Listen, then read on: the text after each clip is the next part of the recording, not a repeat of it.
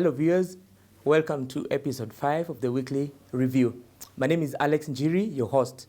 Today I'm joined by perhaps one of the poster boys of the BBI process, Paul Mwangi, the Joint Secretary of BBI. Paul, karibu sana. Asante sana. We've been trying to get hold of you. It's been tough, yeah? What have you been up to? It's been a bit busy, but as you know, we have now kicked off the process. Indeed. And the political process has started. Indeed. So now we can take a breather. Brilliant. So this week we saw the kickoff of the signature collection process. And, metaphorically, we were told that the train has left the station. Has it? Yes, the train has now left the station because the kickoff of the collection of signatures now initiates the beginning of the popular initiative to amend the Constitution, Yes. which is the method that has been chosen as the method that will be used to propose the amendments. So from what happened at KICC means now that the game is now on. Great. So there has been, Paul, a lot of talk about consensus. And this talk has only amplified in volume from the day of the launch of the reported bombers a couple of weeks ago. So the train has left the station, you've confirmed. Does it wait for passengers, or is the consensus, is that train forever gone? The consensus concept that was introduced at this late hour, on a personal level, I did not think it was very honest from very many quarters. Because we started this work in 2018. Yes. And our committee was gazetted in May of 2018. We've been to the field over the last 2.5 years. We have listened to people. We did the first report after visiting all the counties. We came back again and went through another validation process. So largely we have tried to take as much as possible the views of everybody we talked to. So to say that we need consensus would imagine that these matters have not been discussed between people before. But we believe, and I have gone through the process of collecting, because I was secretary, we are the ones who collect all the views. So I was satisfied to say that we had the consensus even at the time we were putting out the bill. So it was part of the process? It was part of the process. Yes. But my suspicion would be that when now some people call for consensus, what they were going to do is have the whole thing reopened. Okay. And once you reopen something that you have carefully put together, you might never be able to put it together again in the same way. Strange you talk about reopening, because I was going to ask. In some quarters they talk about reopening. In others they talk about consensus. So are the two, do they refer to the same thing? I've had quite a few people talk about reopening and then talk about consensus. The effect was going to be the same, or whether one called it consensus. Or, the whole purpose or the whole aim was to reopen the debate. And a debate that has been going on for the last 2.5 years, if you reopen that debate, it's very unlikely it's even going to end next year. Paul, when people talk about consensus or reopening, or whatever word they use to refer to any of those two, who is this that has the mandate to reopen it? Who is this that has the mandate to say, well, let's call a consensus? Is it the two principles? And if so, how do they derive that mandate? This is important for Kenyans to understand. It is the two principles who would decide that they want to reopen the document. Right. But then what you would have is that you would have to have now what we call BBI 3. Because then you would have to go back to the same committee, give them a new mandate. Right. So that they now come back and they reopen. Take it through the, again, validation. Yes, and reopen then the document again. Hand it over again and then launch it again and all that. And possibly then demand consensus yet again. Do you think that could be political? Would that perhaps people That is my suspicion, that it was politically motivated, and politically motivated for the purpose of ensuring that once you reopen, you will never be able to close it again. Great. So now, signature collection process kick-started. Where do you go from this? So I saw that we are planning to do perhaps have that process completed within a month. So then what are the next steps, very, very briefly? Well, actually, they were hoping that within 2 weeks we'll have all the signatures. Right. Mm-hmm. Once the signatures are in, then you take them to IEBC. You take them to IEBC together with the bill that you're proposing to pass. IEBC will verify the signatures and ensure that all the people who have signed are registered voters. Then they will send the bill to the county assemblies. Okay. And the county assemblies have 90 days in which they have to consider the bill and decide whether to pass it. Could they do it in a shorter time frame? Yes, Perhaps 30 days? it's possibly yes. But Okay. The important thing is that you must get a minimum of 24 counties. Or 47, yeah. Out of the 40. So half of the counties must agree. So if you manage to do that in less than a month, then it means you'll have passed through that stage. And 20% of the registered voters, is it in each No, of the that 24? now comes finally when you go to the referendum. Oh, Because okay. After the county assembly, Yes. you now take it to parliament, where again it goes for consideration before the Senate and before the National Assembly. Yes. Then once it passes there, you now take it to the voters. For a referendum. Correct. So when are you projecting at having a national referendum? I mean, working through the timelines, what perhaps dates are you looking at? If we finish the issue of signatures, maybe by mid-December, but December now also has very many festivities, so it is very likely that there will be a lot of interruption. So you possibly give December the signature stage. Right. And possibly going to IABC and presenting. So you'd be looking at possibly having the signatures verified sometime in December, maybe January. Then you'd be looking at having the document in the county assemblies, maybe late January or mid-January. And then they would have 90 days that would now go to February, March, and April. Yeah. But I said you could do it much faster. So you could possibly not even get to April. Correct.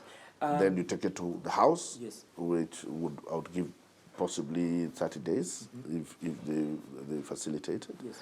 That would be May, April, May. So you saying that by June, it's possible to have the referendum. The referendum. Okay, great. So once it goes to the referendum, assuming that it passes, or supposing it passes, that Wananchi say that they're in agreement with the bill. So what is the next step? How is the implementation done? No, once it is passed, then that's it. It's over. So what we would now wait is for the office of the Attorney General to now issue us with a new constitution, which would mean you have to take all those changes that have been passed, go now and fit them in the document. Where there are things that were removed, go and remove them.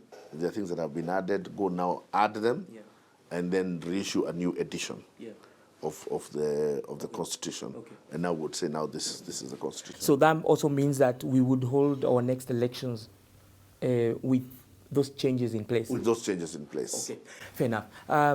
Paul, there are people who have been questioning the legitimacy of the process, and when I say the process, I actually probably refer to the whole issue of how they collected the views, how many Kenyans contributed to those views, how the views were collected, the kind of forums, and of course the validation as well. Are you able to talk us through that process and tell us, do you feel that this is a representation of the views that were given by Kenyans in whatever forums that you organized to collect those views? First, some misunderstanding that comes is what people understand we were doing.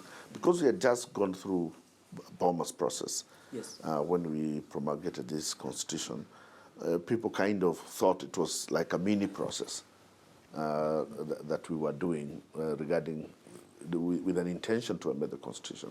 But what we had done is that of the things we had been told to look at as BBI, we had also been told that if there are any changes that are needed in the Constitution, we can propose them.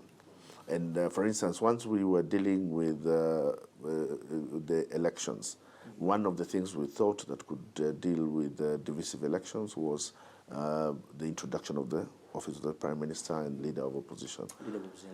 That requires there to be a constitutional amendment. So we gave the solution, and then we now gave the proposed amendments that are required in the Constitution to effect those recommendations. Correct. So that's where the issue comes from. But now the mix-up has been that people take it, some people take it as though from the very beginning we went out of our way to amend the You Constitution. locked yourselves up in a room and then decided what you wanted to change. No, that we were told we need to amend the Kenyan Constitution, Yes. Go amend it. Yeah. No. Put a prime minister. Yes, and but that was not government. it. We were only going to recommend changes to the Constitution that were necessary to implement the recommendation. The recommendations. Yes. Fair enough. And, you know, the other question I would ask you is, having occupied what I would call a vantage point in the clamor for constitutional change in this country, do you feel that the BBI, Constitutional Amendment Bill 2020, captures what Jico was yearning for?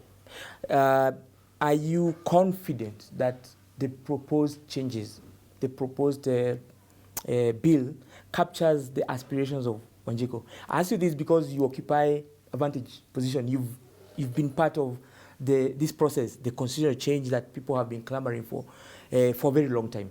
So do you think that's captured? Yes, but let me first say that the same, let's not make the same mistake of beginning from the point that BBI was a mini constitutional promulgation effort. Correct, yeah. So we were not going out there to capture all the views and then turn it into a kind of a mini constitution amendment. We had very specific things that we had been told to look at. This is a 9-point agenda. Who developed, sorry, the 9-point, was that coming from the principles? Or? That came from the principles. Okay. It is those things that they felt they shared in terms of the concerns that of the problems the country was having. And they said that at least they could agree that those 9 points were things they would all both want to look at, and that they should put their efforts towards looking at. So we were constrained by that 9-point agenda. And therefore all the proposals we have made are only insofar as they help achieve the objectives of the 9-point agenda. But within that understanding, yes, what we are proposing are matters that we had a chance to discuss with the people who came before us. And yes, and I can confidently say that what we have reflects the feelings they had about those issues. Great. You know, one of the members of the task force, Major Retired John Say, a while back claimed that you know, we saw his signature on the report, but that he was coerced to sign, and that the contents of the report that was launched at Bombers, some of the things that were in that report, he first saw them when the launch happened. So is that correct? And then if someone as a pivotal to the process as the good retired major can make that kind of claim, then does Jico still have, should Jico still have confidence in that document? It was a very unfortunate statement made. I still have never understood why it was made, because it was not correct. In a series of tweets, you said that he was under pressure from certain quotes. Well, that's a fact. He did often talk about pressure, Right. From home and from there, because he comes from a region that has sometimes been very suspicious about BBI. And he used to talk about that. But the protocols we had for the work we did was that we would go and have retreats, discuss everything that we had, discuss all the ideas that were coming up. We would reduce that into a report. We would then meet before and go through the draft before we take it for printing. So by the time we are meeting to sign the document, you have already interacted with it before. You have interacted with everything that is inside that report. So, and when we met to sign, what people were signing is something they had interacted with. And still people had opportunity, because when you are signing, you have the document. So if seriously you did not agree with anything that was there, you would simply refuse to sign. Was that an option? That's always an option. And Major Sai is a military man. Yes. I would want to believe that he can say he can be intimidated. Okay. It's a man who has given up his life to protect the country. I would not accept that he can say he was afraid. I don't think so. Okay. Now, with that out of the way, Paul, and we are wrapping up, I would want you to tell me what, in your opinion, are the major changes in terms of the constitutional bill and what was launched at Bomas, the report. So, of course, we woke up to a few changes, quite a few of them. We were aware that there was a clamor for consensus, and a lot of special interest groups lobbied both principles. I think I remember seeing the former PM meet a delegation from the pastoralists, where he promised some to look into the report. There were also communication to the effect that changes would not be radical, they would not be massive, they would just be minor changes. Are you able to take us very quickly through? I can give a few examples. Yeah. The one for the pastoralists, what pastoralists are concerned about is the description of agriculture. Yes. Because we had said that the state must develop sustainable agriculture. Their fear was that every time we say agriculture, what we really have in mind is crop farming. And that when we get to implementation of the Constitution as written, Yes. Those who will be implementing will still have that mentality, Yeah. that they are dealing with crop farming. And they said, if you don't mention livestock and pastoralism, we might lose out. And so they wanted those words made clear. And that was accepted. But with the same time, it also turned out that the same mistake would come there when you start dealing with marine. How do you and fisheries? Yes. So how do you deal with fisheries, and is that still part of agriculture? And now that we have started developing the blue economy, so we also added that. Second change, I can remember, would be regarding the police. The concern had been that the police removal of the commission. Oversight, yeah. Yes, was going to mean that we were going back to the old days where you had the police under the state. That was not correct, but it was brought so many jitters that it was thought the better thing is just to go back to the original. To the National Police Service. To the National Police Service. The only then change that occurred was that the commission, and one of the reasons why the commission was being removed is because it had made policing very, very difficult. So we did take away some of their powers. Okay. And give it to the IG. Okay. For instance, the power to transfer. So you can't have a commission keeping on determining who works where. That's a command decision. Especially one led by civilians, yeah? Yes, it's very. So these are command decisions, and if you take away the command power from the IG, then you have a very weak police force. Cripple them, yeah. Correct. Yes. The third one that came up was regarding the judiciary. There was concern about the ombudsman. The concern had been that the ombudsman is being appointed by the president, and that he sits in the commission. And people felt that, or expressed fears, that the ombudsman could become an arm of the executive inside the judiciary. So the way we resolved that is by taking over any voting power from the ombudsman. Right. So he still sits in the Judicial Service Commission, but all he can do is prosecute cases there. He cannot make any decisions. Ex officio? Ex officio. Okay. So, and that also seemed to have quieted down the concerns that were there. Okay. You know? This one you're avoiding, no? Well, we also. I was sitting here hoping that it would come up, but. No, you'll tell me if I don't capture it. But we also then had to deal with the issue of deputy ministers. What we had done in the report is we had said we need to abolish and remove what do they call the CASs? The CASs, yes. Yes. But when we received views, even after we had published the bill, the concern became that if you remove CASs and you now give ministers the extra work of having to attend parliament, then they will never be able to run their dockets. Because at least 2 or 3 times a week, they will have to go to... Yes, to answer assembly. Questions in Parliament. And they become, if they are already not members of Parliament, they become ex-officio members, correct? Yes. So we have given them extra duty. Right. But we have also taken away the kind of assistance they used to get from CASs. These assistant ministers, are they members of parliament? Now, they are members of parliament, so that now meant that we are not increasing on the wage bill. Exclusively? The president cannot be able to pick them from outside parliament? No, they have to be members of parliament. Okay. So they possibly want to get responsibility allowances. Okay. So that saves on the wage bill. But no salaries? No salaries. Okay. And then now they are able also now to assist the ministers with the work in the house. Okay. So if the minister is not available and there are questions that are being asked, the assistant or the deputy minister will be there to receive the questions and possibly to give the answers that are needed. Be able to answer. Yeah. Okay, that's a good answer. Great. So then perhaps I want to, that was not what I was going to ask, although it's good that you brought it up. I was going to ask about the MPs.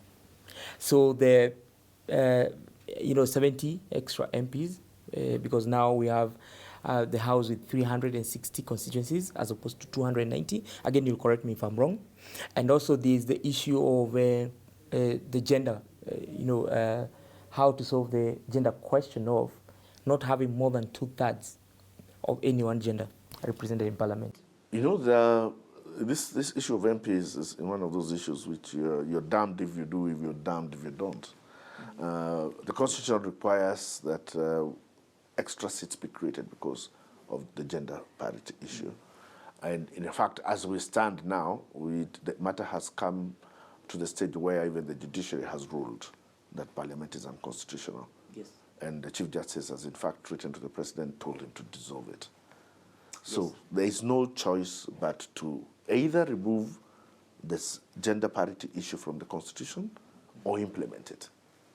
And implementing necessarily means that you have to create new seats, because you cannot go and force people to say that they have to elect women. 30% of the constituencies have to elect women. The second problem that there was is that there are constituencies that have grown so big that they need to be split. They need more MPs, better representation. Now, you can only give them new constituencies by taking those constituencies away from somebody else. If you then go to look at the people who you would have to take away those constituencies from, you realize that very many of them are minorities and already are people who have suffered marginalization in the past. So that in your attempt to cure the problem of representation, you create another problem of further marginalization. Could possibly be worse. So the question of having to add seats rears its head again, and you say, okay, fine. So don't take away the seats from marginalized people, create new ones. Paul, a friend of mine tells me that California has 53 representatives in Congress. And they have a population of what? 40 million? They are the world's 5th largest economy. In fact, if they were a country, they would be larger than the likes of France or the UK as an economy. And yet they have 53 representatives. Exit California, enter Kenya. Third world country, poor to the bones. We have 360 MPs. Potentially, with the gender question, we take that up to maybe what? 450, 460. And they understand where you're coming from. Damned if you do, damned if you don't. The Constitution is not closed. We are able, even at some point in the future, to say, and perhaps this is something people forget, that when you talk about BBI, it doesn't mean that we'll not amend our Constitution for another 200 or 300 years. We still have Parliament, and that's one of Parliament's duties. Do you think, and this is totally unrelated to BBI, this is something that I'm asking you, perhaps as a lawyer and someone who understands these things, do you think at some point we might, as a country, say, no, we are overrepresented, why don't we reduce the number of MPs, and then come up with a formula where everyone feels, a formula that everyone feels is fair? Is it possible? Is it a conversation we can have at some point in the future? Or do we just close that and say, look, it's what it is, it's the cost of our democracy? We will have to compare like to like. And we can't compare Kenya to California because we are totally different places. The ethnic, the demographics, the different sectors of the society are totally different than ours. We start from the fact that we have, 45 ethnic communities. Yes. It's not possible to have one person represent 2 different ethnic communities. So you already start on the fact that Parliament in Kenya has to have at least 45 members. Yes, in the face of Kenya. Well, because you are not, you're going to have some kind of Yes. representation, and we have all these other dividing factors among us. So there's a minimum size of parliament that we must always have, Right, if we are going to cater for all those different interests. Okay. But the other thing we never look at is that California only needs so many legislators in Congress, but the important decisions for California are not made in the U.S. Congress. Made in the state. They're made in the states. Yes. So you must go back to the state and ask yourself, well, how big is the California state legislature? Right. And other devolved units of representation that are there. Yeah. So they have representation all the way from the ground. They have counties there that also have representation, but that is a picture we never look at. So that's why I said, comparing ourselves with California, we are really not comparing like to like. Okay. And therefore we get a skewed picture about what our problem Great. is. I'll share that answer with him, yeah? Thank you. Now, in ending, Paul, I always ask my guests to rate the report. I'm not going to ask you to rate the report because we've now moved from the report. No, perhaps not. I would want you to mark yourself. I want us to rate the bill, because when we rate the report, then perhaps there are a few things that are in the bill that we don't allow ourselves to examine. The BBI Constitutional Amendment Bill 2020, as a bill, rate it out of 100. What would you say its cause? For purposes of humility, you have to knock off 5% because you can't give yourself 100. Yeah, that's you being self-effacing, yeah? But yes, beyond that, I would give ourselves full marks. I would say 95. 95%. And you're confident it addresses all the issues that Jico speaks of, that Jico cries out for, that if that bill were to pass, were to go through the steps and be acceptable to Kenyans through the popular process, referendum, and then, of course, we enact it into law, you're confident that Jico has very good prospects in the future? Yes, for the issues that it has addressed, I believe it has addressed those issues quite adequately. Right. For instance, we have always been complaining about what to do about judicial corruption. Judiciary and the corruption that is there. We now have an ombudsman. It is something that has always been there, put up by the judiciary itself, but has really never worked. Yeah. We have always complained about what do we do about divisive elections. We are bringing back something that seems to have worked in Kenya before. So in respect of the things that we have attended to, right, we have attended to them sufficiently. However, as you said earlier, this is not the last time we will need to amend our constitution. Possibly in another few years, somebody will think there's something else we need to attend to. Yeah. And also, even as we get comfortable with our constitutional life, we'll start realizing there are things we don't need, or realizing that there are things we can do better. We might wake up one day and say we don't want a 360-member parliament. Italy woke up the other day and did a referendum and is reducing the size of their parliament. Mainly because they're broke, is it? Well, I don't know why, but I would believe that we will also get to the point where we will be less suspicious of each other. I said currently it's very difficult for people who don't feel adequately represented when they feel that they are representative of somebody from another ethnic community. Right. We will overcome that one day. And what will happen is that we are going to have to we'll possibly start thinking how to reduce the size of the legislature. Or we might not even reduce the legislature, we just reduce the salaries. Yeah, possible, yeah. And then it won't matter whether you have 1,000-member parliament, you just have much less. Okay, they also have probably a more homogeneous population than we do, perhaps, so it's easier for them. And I know it's rich for me as a Kenyan to call any other country broke, especially perhaps when they give us money. But I mean, the economy has suffered because perhaps they don't do as much manufacturing as they did. The automobile industry is also suffering very much, and they've relied on that very much. They've relied on fashion and all that. So their circumstances are perhaps very much different from ours. I agree, Paul. Now, in ending, I want you to talk to our viewers, talk to Kenyans. tell them why it is that they should first sign for the bill. And secondly, once we've gone through the process and they are asked to go to a referendum, why they should bother waking up early in the morning to support that bill. Talk to them. There is civic responsibility in participating in the national life, especially on things that can be as grievous and as significant as a constitutional amendment. So it would be good if people participated in this. Those who are able to read the bill and sign and support it would be good if they did so. Those who are called upon to vote for it at a referendum would be good if they all came out and participated in it.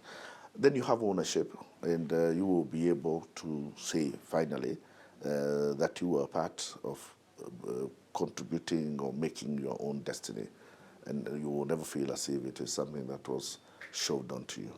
So my request would be that people participate as much as they can in this process.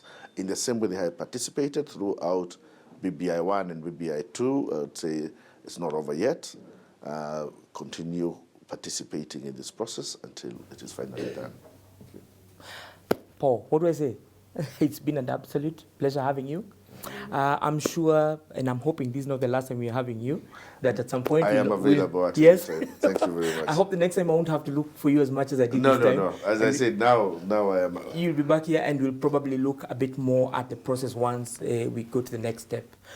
Great. Viewers, that was Paul Mwangi, the Joint Secretary to the BBI, taking us through highlights of the BBI journey and the changes that have happened from the report to the BBI Constitutional Amendment Bill 2020. Paul talks about 95% score for the bill now. We're not talking about the report. 95% is the scoreline that Paul Mwangi gives to the bill. We're talking about the bill now as opposed to the report. You know what? I might just agree. See you next week, viewers. My name is Alex Njiri. Bye-bye. Ciao.